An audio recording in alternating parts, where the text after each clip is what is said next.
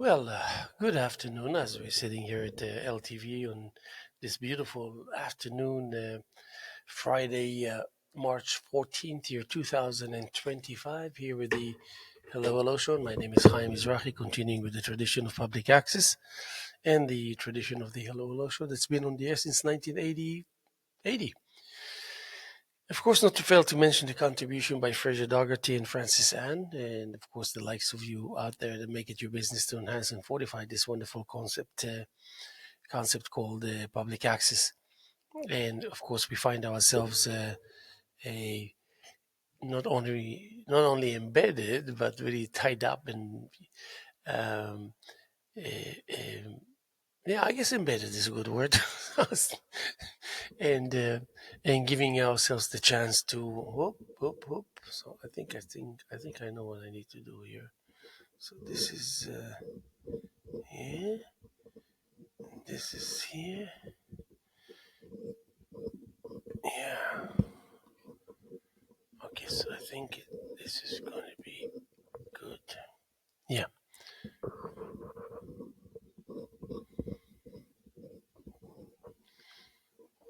Okay.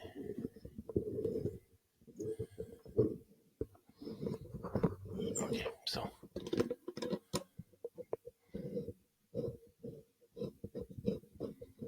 okay, very good. So yeah, I guess embedded is a good word when it comes to enhancing and encouraging the selfless aspect within us, where we can find the lights are shining and reflecting, and there's much more than just a manifesting occasionally or externalizing our feelings and thoughts here and there. I guess public access is the one that demands from you not only continuity but uh, a sense of uh, self reward, self rewarding, um, and then of course the magical and beautiful aspect of the actual practical aspect of it, that when you do something, you turn right, you turn left, you're realizing there's an accumulation of your creation, of your goodwill, of your engagement, and it's a great feeling, and I hope for many people to be able to feel or to experience these kind of feelings. Also wanted to extend my wishes for the Jewish community for Purim. Happy Purim. So this is the time of miracles and good deeds, and maybe relaxing and letting go and letting kind of the psyche succumb to whatever emotions coming from within and from without. And then I always wondered about the trips that we're trying to take to Mars and to wherever, so far away, so meticulously described as. And then, of course, we didn't even begin to decipher the magic that it rests within the ground that we're stepping on and walking on and living on. And but we rush to try to understand what's happening with Mars. It's like and also this race is that we can't wait to rush to get to another planet and ruin it, kind of thing. That's the we can't wait. We just can't wait to reach Mars, and then before you know it, uh, it will become unrecognizable. But as an artist, I value this process that ferments and takes place within me, whether I like it or not, whether I'm aware of it or not, whether I want it or not. It's just a dictation of Mother Nature that says this is how it's going to be. Once you engage, once you accept it into your life, it's going to be a part of your life. You can't just dismiss it and say, you know what, for this afternoon, I'd like you to just disappear, or show up when I need you or when I call you. But there's a silent process that becomes more and more familiar when we find ourselves hand in hand with this particular concept, and with our level of conviction, because we already know the benefits. we know what it is that we have to offer, and that we actually offer by uh, committing and making it known that we're willing and that we're ready to engage.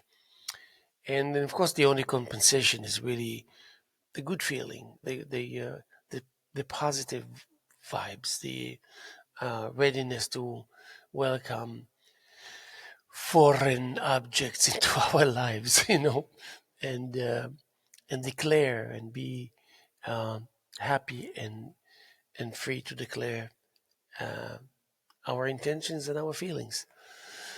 So this is how much and as far as I can go when it comes to public access, when it comes to stage four recognition, stage four um, founding, a stage of uh, the creation of zone of comfort, and where you will um, feel or not comfortable enough or not to execute your plan to get on with the show. But also, in addition to that, the system itself, the system of that resides behind God. I don't know. I use the word God, but I'm not so sure about anything. That superpower that just has a whole network.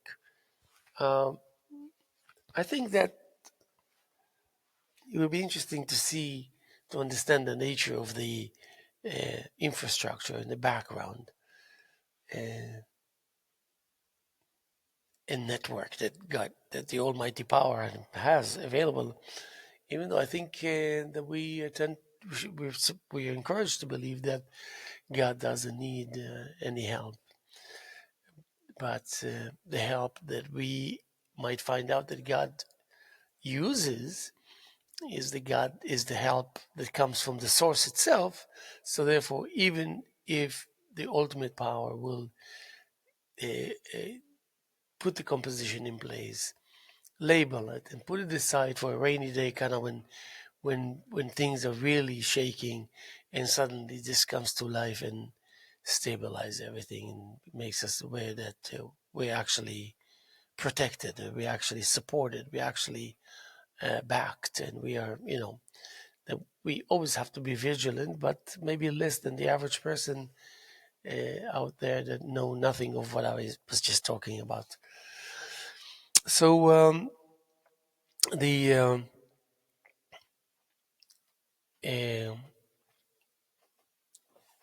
the creation as you go along in the by the way fashion is announcing to you every day something new, every day something, to the extent of a um, the road to the realization that this journey is not in vain, that this journey yields the results, and if you look carefully enough, you realize that you got the answers, and that you got the confirmation that your feelings are accurate, and so much more. So pretty much here at LTV, we'll really take in and embed it within that fact um, that's called a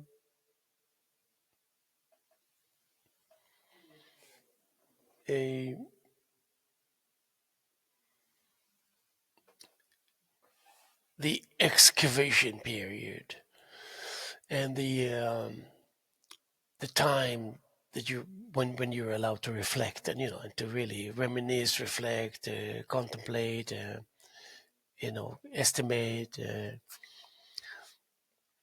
that the general idea, the general direction, of the nature of the destination and the discussion, but still you get that freedom to and a chunk of time where you can celebrate that freedom, and then you can actually literally behave, though deeply and meaningfully, just a regular person, and think through that which is regular about you, dealing and wheeling with some sophisticated, meaningful, deep things, that one would think maybe the tools of these individuals would not suffice to do anything in the face of this incredible power. But when you try, you realize that actually it's not as you think, and there's a lot of magical ingredients within what we possess that we know of and that we don't know of. Because even if we don't know of, it's still viable. Um, it's just like, you cannot go to a dog and discipline a dog about something the dog did yesterday or something like that. There will be no recollection. It will be like the dog will say, what does he want from me exactly, and why is he being so nasty to me? But anyway, so there's the accuracy of that which indicates that your understanding of the nature of things. So therefore, it will be evident. And guess what? People will appreciate you more. People will give you the respect you deserve because they can see a thing or two about your style of operation and technique of operation. And when you do it right, no one will have not even the most remote reason or justification to doubt you or to belittle you or undermine you, because they will end up ridiculing themselves. And you know what? Many times in the process that I took, when I decided to expose myself and say, okay, I'm a drummer and I'm going to be playing with this drum set and with this band, and we're going to perform, and I'm going to do my best to be a good drummer, and I will give people the justification for them showing me that they trust me and they want me to be a part of the outfit, so to speak. Um, and and believe you me, even when I was 16 in my boarding school, when there was a Russian immigrant, there was like maybe 14 or 13 that happened to be um, a drummer in one of the orchestras, the Philharmonic, whatever, at age so young, so tender, as a drummer, as a percussionist. And he taught me so much, so early on, so beyond my capacity to comprehend, but still, I sensed him, I smelled him, I felt him, I uh, squinted to achieve clarity in the face of someone that was so powerful. He was only 13 or 14. And at that time, I was like not more than 16. Recollections from these moments, from these days, from these weeks are still to nowadays, that many years later, serve as a deterrent and serves as a source of power that will help you make your point across. So people, you will have that at your disposal to do this, and then suddenly the whole crowd is frozen or something. Um, Only so you can really identify the pain and take it. And whatever it is that you're going to do with it, you just get it over with and release it into the thin air on its merry journey to another destination.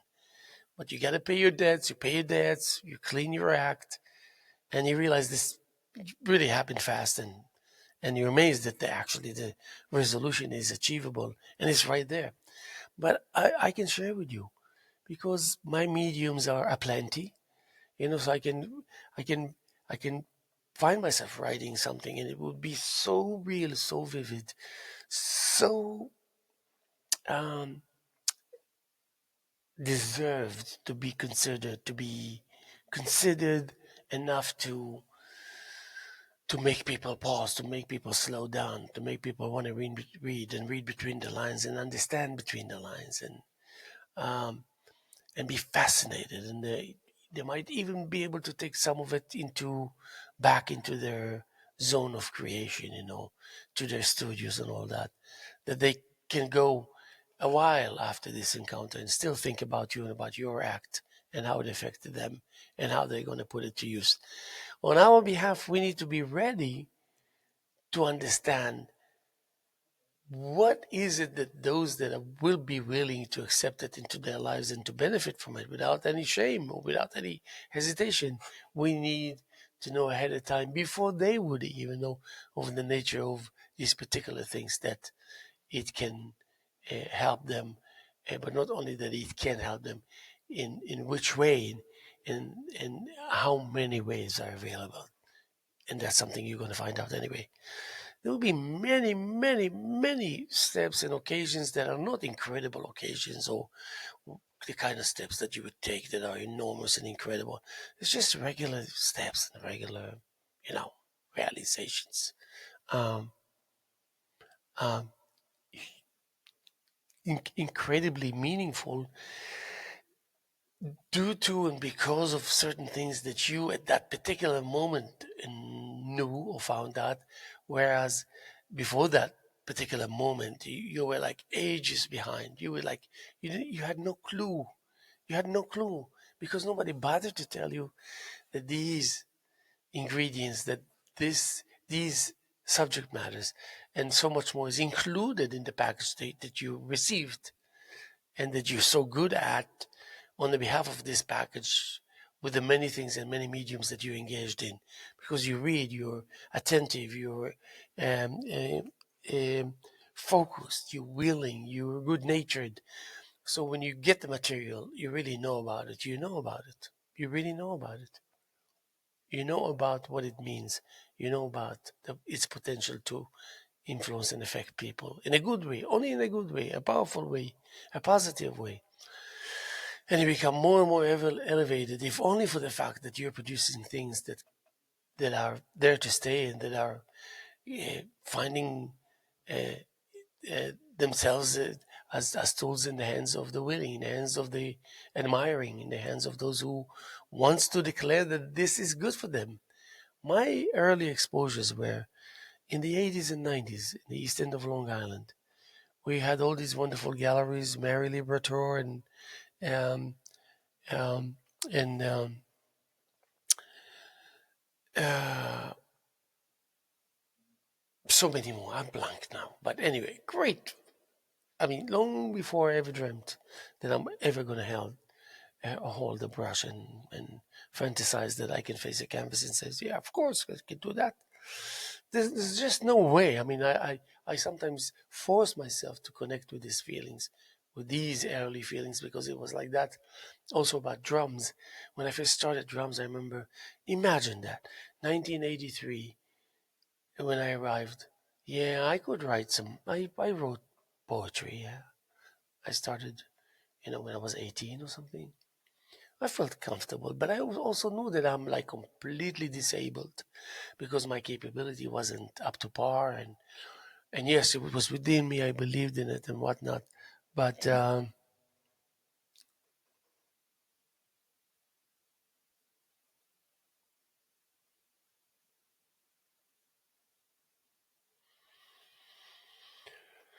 hmm.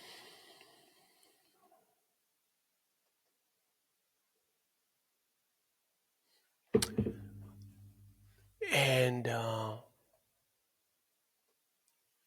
I went and, when I arrived to New York, early 80s, I was fascinated by the fact that all my idols and all those that I was just trembling listening to them or observing what they create, they happened to be in New York.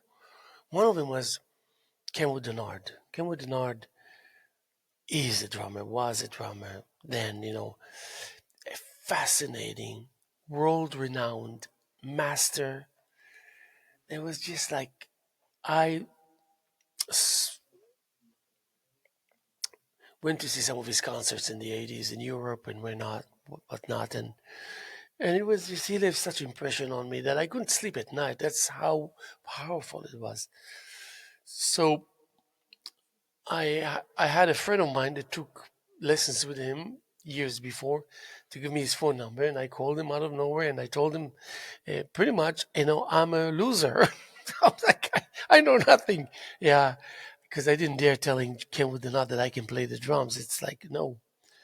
Anyway, make a long story short, he said, "Come on over. Um, my fee is this and that, and I would love to work with you. No problems." I told him, but I live in East Hampton, and he was in Spanish Harlem, 101st and First Avenue. And anyway, we made it happen. I went to see him, and I want to share with you that in the 8 months that I chat with him once a week, I was shattered and shaken to the core. And all I try to do is to survive by making believe and pretending that I'm actually with it and that I understand what he's talking about. But I couldn't. I couldn't get myself to pass the first step, the most important step of kind of breaking in and, and, and chilling. I didn't even get the chance the chance to chill. No, it was just like, wow, this I'm sitting across from one of the greatest musicians of the last 50 to 70 to 100 years, maybe even. I couldn't get over it. But what I can share with you is because my soul was soaked with that potential, artistic potential, and respect and yearning and craving for that and the pure love for it. Um, it was uh, uh, my system unknowingly, and I learned later on that that's exactly was storing all this information, all these realizations were treasured by the system itself separately and independently of my knowledge, of me. I didn't have to be involved in that because later on when I went back to Europe and stayed with friends and whatnot, and people who knew me as a drummer and what kind of a drummer I was and all this, and they knew that I had a tendency to play freestyle and alternative music and just so much more. And I um, I wanted to let me just see, yeah, I wanted to share, but I didn't want to come across as if I'm there and I'm going to treat my friends saying, oh, you know what, I got something to teach you, like something new, because I spent 8 months with some great grandmaster, and whatnot. It was more like, okay, we started to play, and they looked at me and immediately shared with me that something is different about my playing. Something is different about me. And for the first 3, 4, 5, 6 weeks of recording, usually underground recordings, they were like, where did that come from? I mean, they were aware that I took lessons which came with the nod and whatnot, but they didn't really bring the two together. They said, no, something happened that must be greater than that. But then I realized and learned about myself that actually these 8 months were not in vain, even though I thought that I wasn't quite with the the very thing that he was trying to get across to me, and continuously trying to make sure that I understand, that I can relate, because for him was always going to the next step, the next level. the um, Years later, 2 decades later, when I find myself in the late 90s, suddenly am standing in front of a canvas with brushes, with whatnot, and in coming to terms with what it means. Yeah, and I want to share with you these things that I do, I tell you about and share with you these short stories and all that. These are so crucial, so crucial, because there's so many other mediums that the stories are alike. Here I had Ken Woodenhart, and with writing I had Alan Plants, and with the art I had Michael Kenegan, for example. There was really Steve Raum in my life. Uh, and things of this nature. And with Steve Raum, I have a friendship uh, of particularly is relating to painting of over 20 years. And I always listened to him, and I always wanted him to be aware that I think the world of him, rightfully so. Why wouldn't I? So all these sensations at some point will join forces with you. If you write poetry, it will bring the music and uh, the painting into the equation of the home writing, story, poetry, storytelling type of thing, whatever it is. And when you're doing painting, then poetry and music will come and join forces to kind of enhance and fortify and give you more leeway, more space to explore in on the instrument.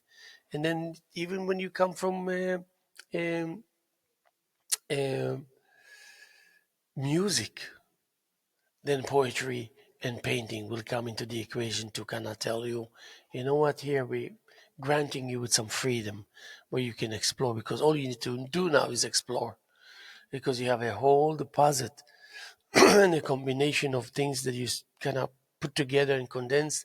Now they need to have uh, the right space and the time and the stage to to do to do their thing, their number, their what probably they were born to deliver the final speech, um, to share the summary of the,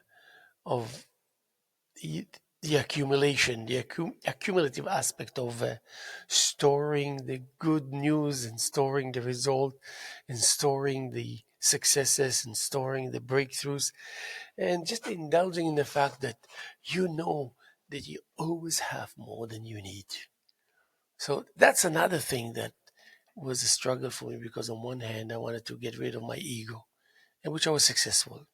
Not get rid of it, at least in the session, while the session is taking place, I just extract it and place it outside myself somewhere where it will just remain there until it's going to have to come back to me. But but I thought uh, that I put my ego aside, but suddenly I realized that there's certain behavior patterns that may be telling me that you can never just like extract your ego and put it aside, even though you can, but it won't be. I always thought that if I can do that, then that means I'm with myself alone. Kinda, there's no more than myself. Therefore, I don't have to worry about uh, any power games or any that will cause um, for you to find out that suddenly you're like dwelling in the center of narcissism or something like that, which is okay with me. It doesn't matter, really.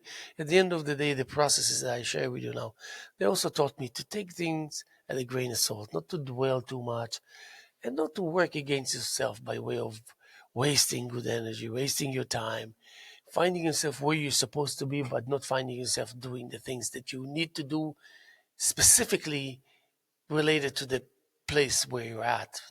Like if you were in your studio where there are canvases and easels and brushes and paint, I mean, obviously you would expect to to paint. Yes, you know what? If you're also a poet and a musician and you want to write a poetry and say this is a part of the equation, because, but the dominant aspect of it all, no matter if you, no matter if you play music and write poetry and paint, but painting will always be dominant, just as much as if you were to sit at your desk and devote yourself to the next 3, 4, 5 hours to write poetry. It doesn't mean that there's no room enough for an invitation to music and painting to come into the equation of you are actually writing right there, right then, and you're in the place where you usually write, and it can be associated with writing, and therefore, so of course, writing will be the dominant just as much as music will be dominant, but as writing in painting is coming into the equation, so it's always one 1, 2, 3, and then 3, 2, 1. You know, kind of 1, 2, 3, 3, 2, 1, 3, 2, 1, 1, 2, 3 kind of thing.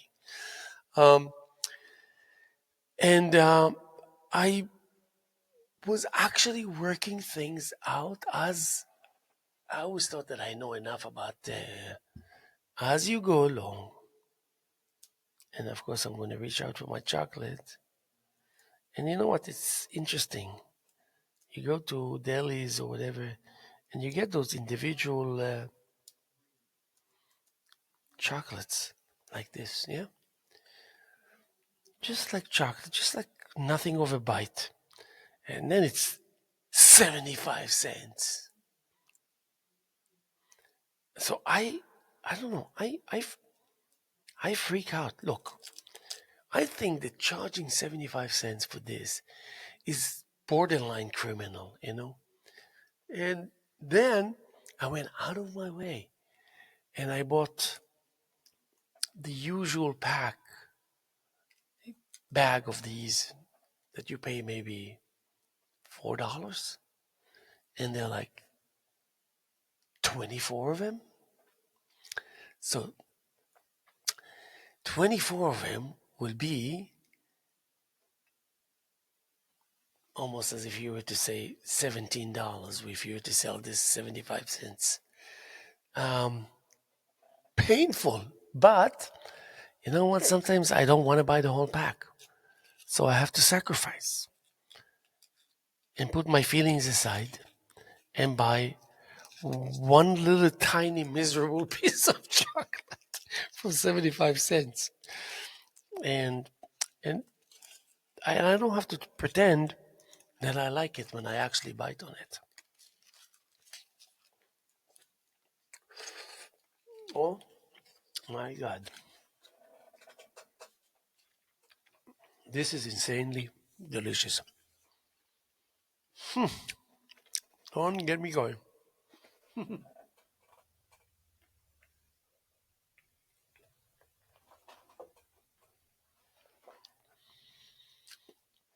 Then on top of everything that I described to you, you discover that there's harmony. And this harmony is 100% yours. It's you. Your name is written all over it. Because, and you know what? It's interesting, even if I don't practice or play the drums for months, but I think about it in a way, in the same fashion that my Tai Chi master used to tell me. And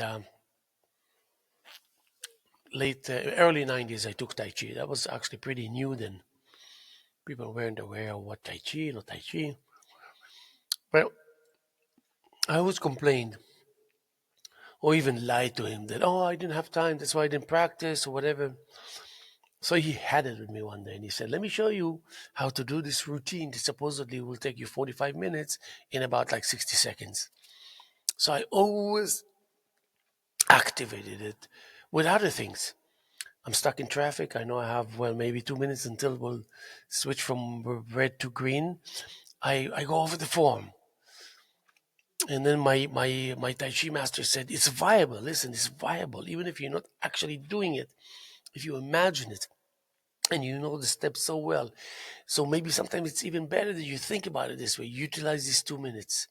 And and if you, let's say, even if you're waiting to a doctor and you're like in the waiting room and all this, visualize it for 60 seconds and then get up and start doing it really fast, even though it really goes against all the nature of what Tai Chi is all about, and this and here and there. But it's okay. So suddenly you look at your master and he's telling you these things. He said, well, I'm not going to second guess this mighty powerhouse of a person. So now years later, 25 years later, I sometimes, I don't play the drums for 6 months and I visualize myself doing the job. A few minutes here, a few minutes there. And then when I go on the drums for any reason, if I jam or play or whatever, I reintroduce myself to the instrument, I feel that I'm not so far apart from where I left off that many months ago. And of course, it was a no-brainer to realize it's due to the fact that I keep it alive in my own ways that may sound alien to other people that never tried it, never sensed it, never tested it, never experienced it. So in that sense, I am sometimes able to will it that way. That I want that level of decency not to give up on me, not to forget of my existence, because obviously, if the system works against you, you are good for nothing. I mean, you are at the mercy. I mean, even if you speak of a machine, an infrastructure, it doesn't have to be super out of this world, sophisticated and whatnot, in order for you to consider its place of importance. It can be just a little tiny thing, and and you um, want to be able to believe that all the time and the effort and the energy that you invested into this in the past, it doesn't just disappear. It accumulated, and I mean, and um, this is your retirement package kind of thing, emotionally, spiritually, of course. And there you find yourself capable in the name of that specific, particular, meticulous point of reference technique that you are known for, even if you're the only one who knows about it, really. But this is the thing. Also, if you can find yourself really raving about this whole thing that you're engaged in and yourself and all this prematurely, that's okay. You do it. You own it. You can do it. There's no reason why you shouldn't do it. There's no reason why you should ask for permission or for reasoning for whatever, whether to pursue, whether to continue. It's just like you do it. You do it because you own it. It's yours. It's absolutely yours, 100%. So, and then whatever it is that you want to put together that will help you give birth to something that you can look at it and say, you know what? Yes, I think we did well. Next scene, we don't have to shoot it again. Boom, we're good to go.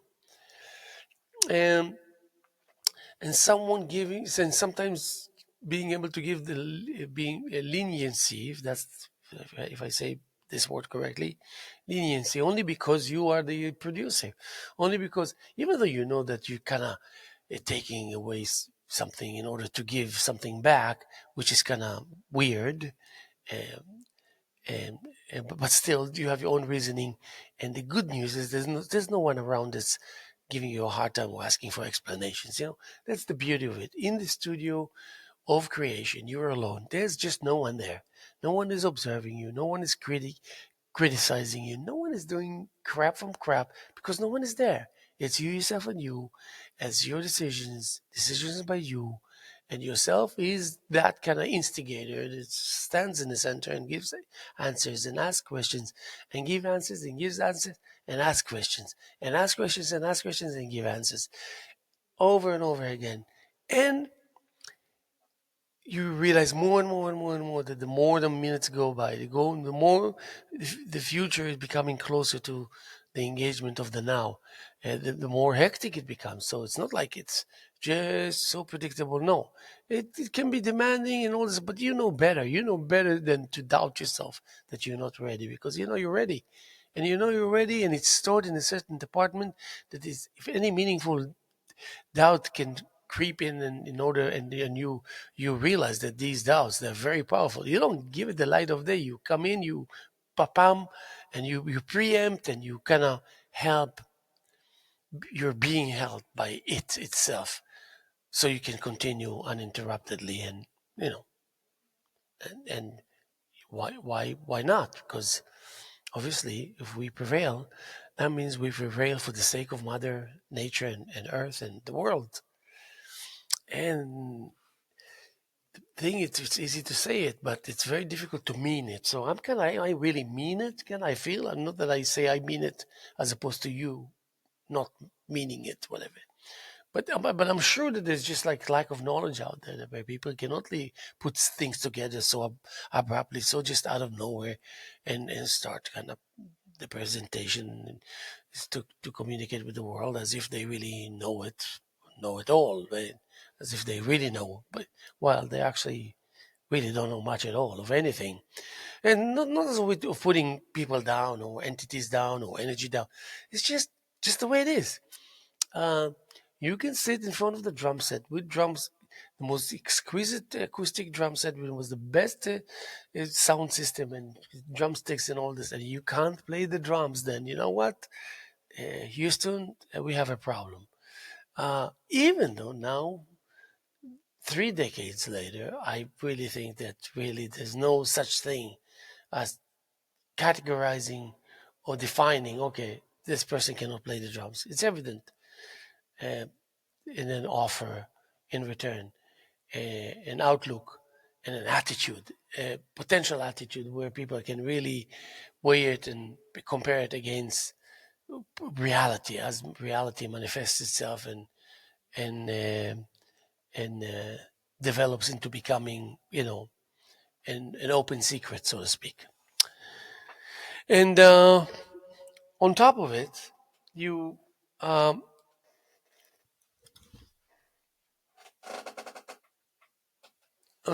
you worry about.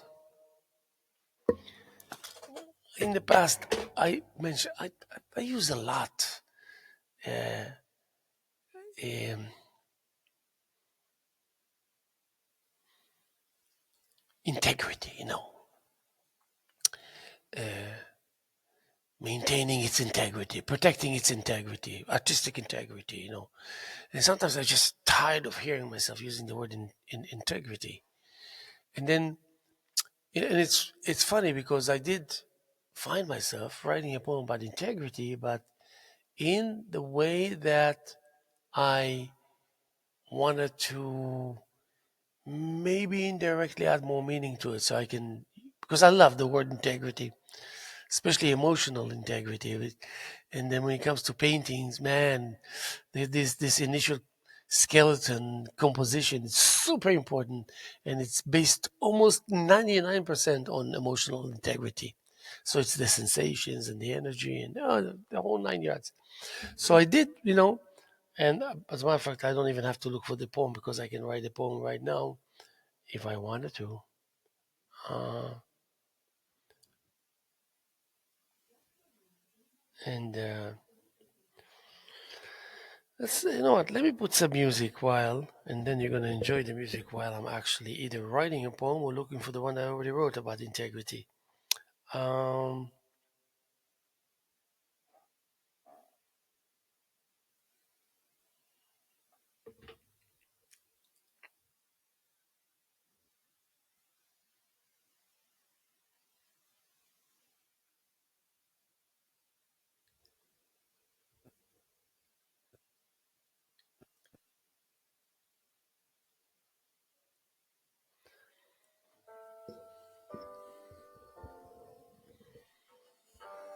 okay,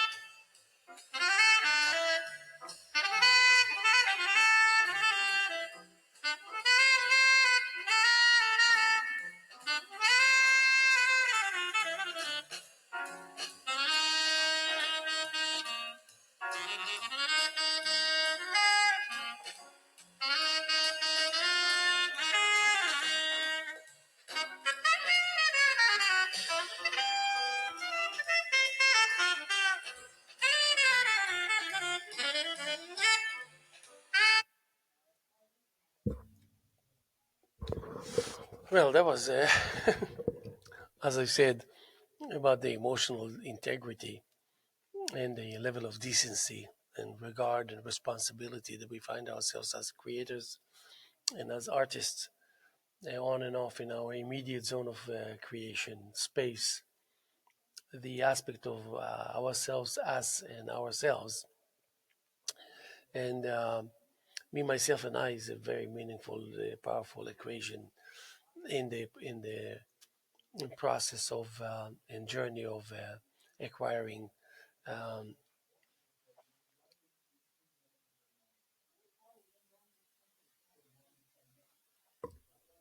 what's the word that I want to say? Not self-awareness, but self. I'll think about it. So here's that's just what I wrote. Integrity, swift and sweet, chewed with youth formation, chewed within youth formation, blasting forth an emotional integrity, a whole breathtaking dare, spoken in silence, calling through the night of leftover spirit. Decency crawls, clutching the pride of truth, scattered like embers in the circular motion of self denial. Yet each fragment hums, pressing against the marrow of reckoning, where meaning, untouched by ease, bristles against the weight of knowing. And in that silence, where echoes fall heavy with intent, a pulse remains, urgent, unwavering, a whisper of arrival. So there is so that's according to another poem that I wrote, a parallel level of concern um, that serves as an undercurrent leader to make sure that you're allowed to waver, but not so much so that you will find yourself at the end of the line completely off tracks, and that's usually an emotional. That's usually not a place we want to be because uh, it takes forever to correct and realign and whatnot. Um,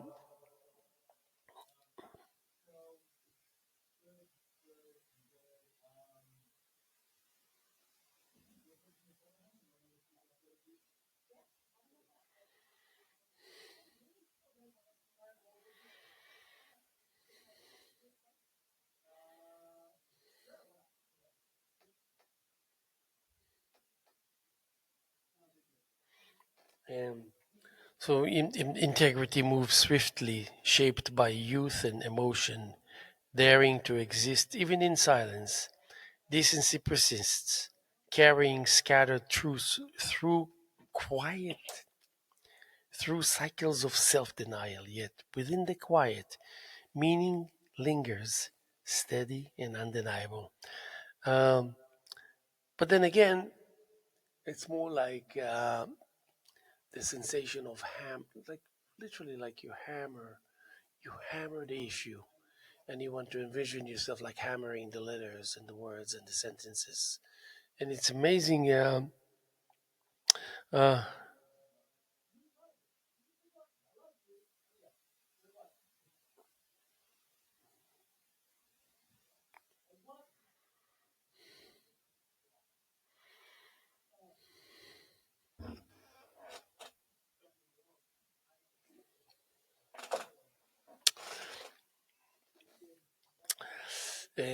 integrity strikes, swift, sweet, chewed, youth forged in motion, blast, emotion, there, there, dare, there, silence calls, night holds leftover spirit, decency crawls, pride grips, truth, scatter, circle, deny, yet meaning presses, wait, knowing, echo, pulse arrive. So again, yeah, and you can really go with this in maybe 150 different ways, if not 150,000 different ways, and still stay within that basic uh, 2 dozen descriptions, 2 dozen images, 2 dozen words, things like that. You can still remain within that. It's amazing. It's amazing. I used to do that sometimes until I couldn't even stand the poem and I would void it completely. It didn't mean anything to me anymore. But the leftover memory of it, the photographic memory, the emotional memory, left an impression that is just every encounter like this, whether it's self inflicted, whether it's intentional or accidental, remains for life. Later on, you have to find out where to pull it out of the files, these files for a change, and bring it to a point where it will be evident to people. It will be clear what it wants and desires to communicate, and in the spirit and in the kind of sense that it radiates, it sends back information and energies that are crucial for us. And you don't have to be the greatest thinking individual on planet Earth to be allowed to reflect and think. And you don't have to be the best, absolutely out of this world painter that ever was born and existed in order to paint paintings. And you don't need to be like a one of a kind, fantastically wonderful musician in order to be allowed to play music. You can just play music if you know very little. But the thing is, can you feel complete with that? And that's all my kind of monologues, that maybe 10% or 50% of it made sense, because I know, because it's the way I feel, that I can relate to 15% of it, but I needed the other 85% to serve as a vessel, as a vehicle to carry me throughout all these kind of shaky times and questionable passages. So yeah, and you know what? And you can, and if you believe that, and if you can kind of survive and operate this way, you might surprise yourself too that you are indeed becoming a great painter and a great poet and a great musician. You're finding out that you are, but it couldn't have happened unless you sat through many, many boring hours and uh, questionable hours and unclear hours and daunting and exhausting hours, that otherwise you wouldn't be able to be where you are today. That you said, I paid my share, I paid my dues, now I'm ready to find out what it is that I gained from it. How put it to use, experiment with it, try it and try it again, make it work, put it in place where it will have to function as it was created to function and built to function, and learn, and sit back, take notes or not, whatever, but learn, you know, um, and always remember that you were responsible for these photographs that you just enjoy so much now, or the phrases and aphorisms that you wrote, and these paintings that are huge or small or realistic or modernistic, but it's yours. You made it. Remember that, and and by saying remember that, I plead with you to give yourself some credit, because remember that you created it, not somebody else, not your neighbor, not your family. You created that. You made the decisions. You followed. You created a level of coherence, and you followed it, and you adapted to it, and you adapted it.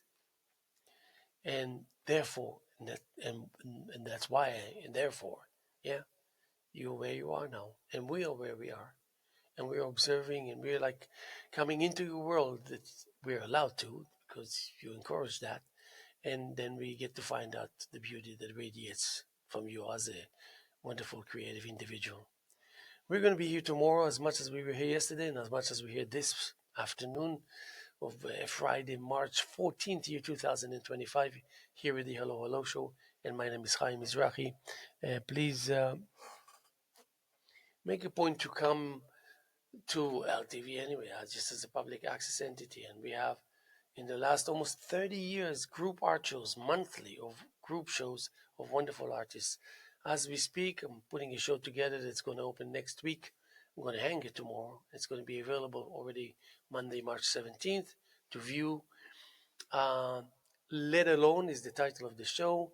And we have Bob Sullivan, Josephine Buzjashak, Chris Leclerc, Jody Gambino, and Fanny Olin, and myself, in a wonderful display of black and white.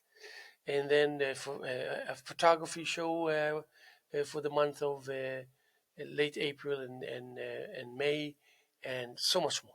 So please make it your business to check us out here at LTV in Wainscott, Eastern Long Island, and we send you our love and recognition and admiration and respect and love. God bless.